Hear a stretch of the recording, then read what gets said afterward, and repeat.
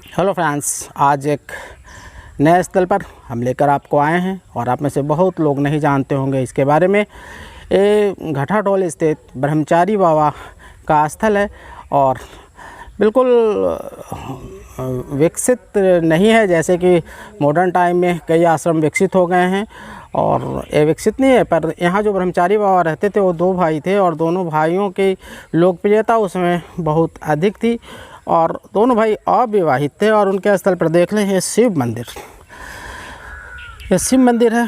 लोग कह रहे हैं कि निर्माण होगा, पर अभी इसी स्थिति में। और इधर के दृश्य आप देख लें, सारे तरफ बिल्कुल खाली ज़मीन और खाली ज़मीन के मध्य ये आश्रम। और हम दिखाएंगे उनका समाधि स्थल भी, क्योंकि दोनों भाइयों ने जब दुनिया छोड़ी तो उनके अनुयायियों ने, उनके भक्तों ने, उनके समर्थकों ने इसी स्थल पर उन्हें उनका यूँ कहे कि शरीर का मिट्टी में दफन किया और उस पर बनाई गई है समाधि स्थल।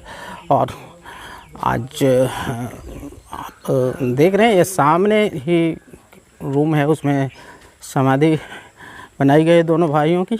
तो बाद में दिखाता हूँ, फ़िलहाल कुछ लोग हैं उनसे बातचीत करवाता हूँ मैं आपकी। आज हमारे साथ हैं परशुराम सिंह जी, घटाटोल के रहने वाले हैं, और ये सत्येंद्र सिंह जी हैं। लोग यहाँ पप्पू जी के नाम से इनको जानते हैं। और साथ में है नवल सिंह, डॉक्टर नवल सिंह कहना बेहतर होगा। मोहम्मदीपुर में इनकी अपनी क्लिनिक है, घर इनका दूबा है। तो आइए जानते हैं ब्रह्मचारी बाबा के बारे में परशुराम सिंह जी से। ये परशुराम सिंह जी हैं और बाबा के बारे में जो भी जानकारी है आपके साथ साझा कर रहे हैं। तो ये परशुराम सिंह जी, आप बताएं कि बाबा दो भाई थे और आजन्म अविवाहित रहे। हाँ, अविवाहित रहे। उनका यहाँ पे आश्रम था और उनके आश्रम के काल में बहुत सारे गौएं पाल रखी थी। हाँ, बहुत करीब 100 गौ था उनके पास। 100 गौ हाँ। था और उससे जो दूध नहीं दूधते थे वो, बच्चा सब पीता था। और वो साल होता था, जो बाछी होता था इनके अंदर में ऐसे ही रहता था। अच्छा, वो संख्या बढ़ाने के काम बाछियां आ जाती थी। हाँ, फीमेल बच्चे जो गाय के होते थे वो उनकी संख्या बढ़ा रहे थे गायों का, और जो मेल हुआ करते थे उन्हें छोड़ दिया जाता था विचरण करने के लिए। और उसको बोलते हैं यहाँ के लोग किसान। तो उस रूप में वो विचरण करते थे। बाबा यहाँ दूध गाय से निकाला ही नहीं जाता, नहीं दूध लेके खरीद के खाते थे, मैंने लेकिन हाँ खरीद कर खाते थे। 100 गो गाय था, लेकिन कभी दूध दूहे नहीं किसी को, सब बच्चा पीता था। और लोग कहते हैं कि वो थोड़े पहलवान किस्म के दोनों भाई थे। जी, बहुत व्यायाम करते थे। हाँ, बहुत ज़्यादा एक्सरसाइज वगैरह करते थे। तो इन्होंने बताया कि बाबा का जो व्यायाम करने का स्थल था वो ये है। तो आइए दिखाता हूँ मैं आपको। बाबा का ये स्थल है जहाँ व्यायाम करते थे। आज यहाँ पे वृक्ष है पीपल का, और दोनों वृक्ष और दो भाई थे, जुड़वा भाई थे, और दो वृक्ष हैं यहाँ पर देख लें। क्या ये दोनों भाइयों के द्वारा लगाया गया था या कि एक ही साथ लगा दिया गया था? नहीं, बहुत पहले से अपने आप हुआ था, लगाए थे नहीं थे, उन्हीं के समय से। अच्छा, बता रहे हैं कि खुद दो उगे हैं और दोनों साथ साथ चले। शायद दो भाइयों के जाने के बाद भी उनकी प्रतिछवि इसमें हो, ऐसी कल्पना की जा सकती है। और ये सत्येंद्र सिंह जी हैं और काफ़ी छोटे रहे होंगे बाबा जब वृद्ध हुए होंगे या शरीर त्याग किया होगा।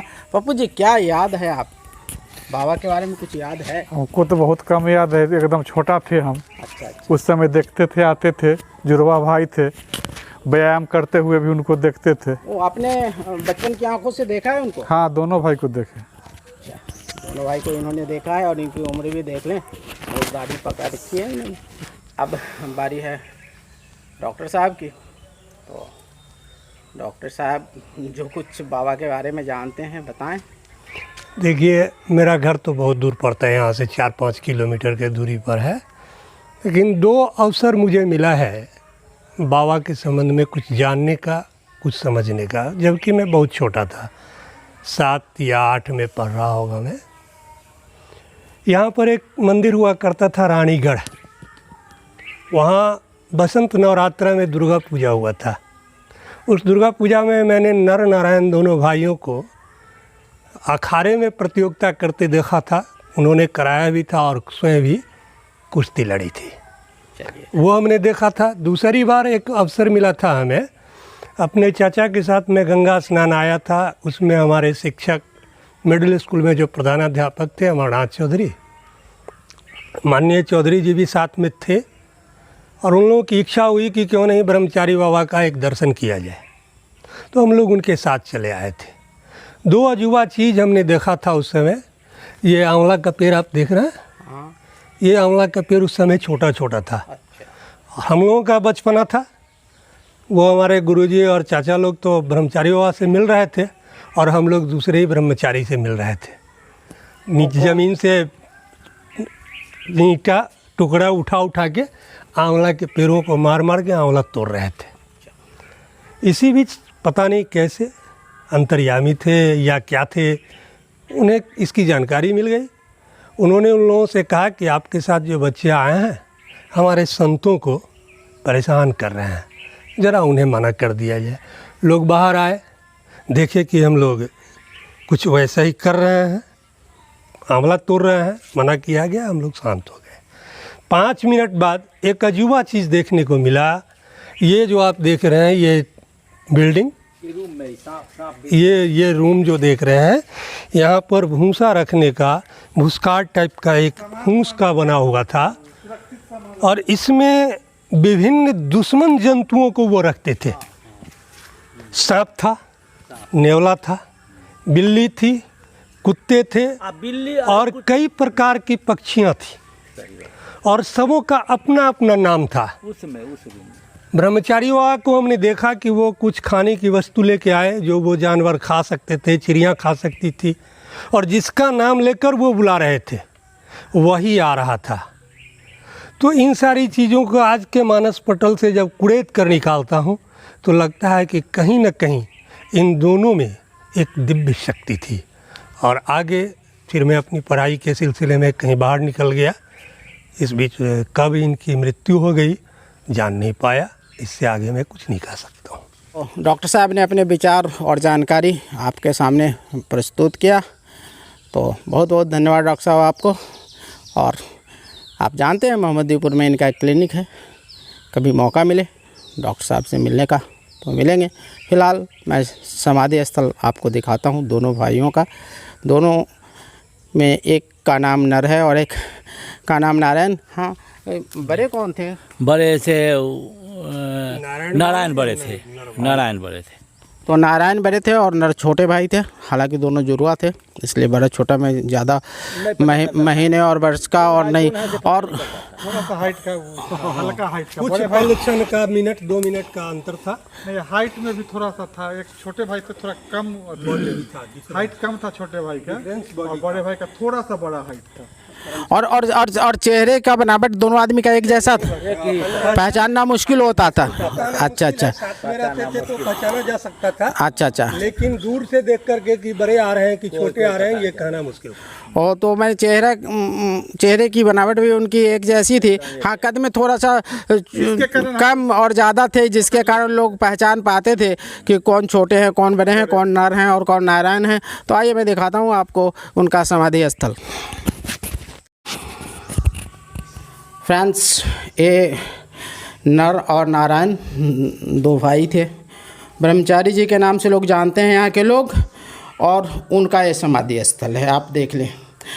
तो परशुराम सिंह जी ज़रा बताएं, तो कौन से बड़े भाई का समाधि स्थल है, कौन सा छोटे भाई का, कुछ पहचान है? तो परशुराम सिंह जी बता रहे हैं कि बड़े भाई का ये समाधि स्थल है और छोटे भाई का ये समाधि स्थल है। और ये तस्वीर दोनों भाइयों की है। इधर वाले हुए छोटे भाई, ऊपर में उधर वाले बड़े भाई। अच्छा अच्छा, तो ये तस्वीर आप देख लें, ये ब्रह्मचारी बाबा का तस्वीर है दोनों भाइयों का। और उधर जो आप देख रहे हैं वो बड़े भाई हैं, इधर वाले छोटे भाई हैं।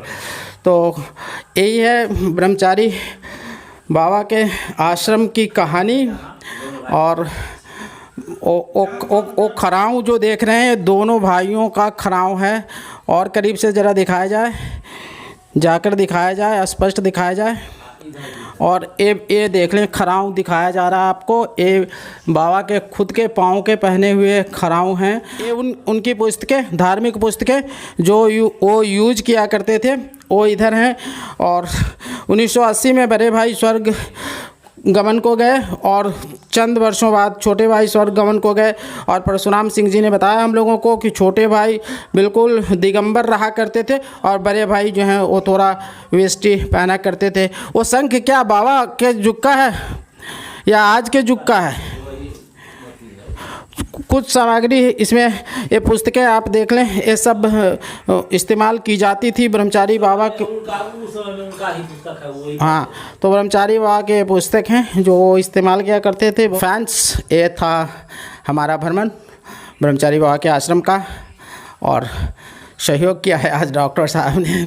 पता है आपको, अभी कैमरामैन मेरे साथ नहीं होते हैं, तो बहुत बहुत धन्यवाद डॉक्टर साहब को इस सहायता के लिए, क्योंकि उनके सहयोग के बिना हम आपको पूरा दृश्य ब्रह्मचारी बाबा के आश्रम का शायद नहीं दिखा पाते।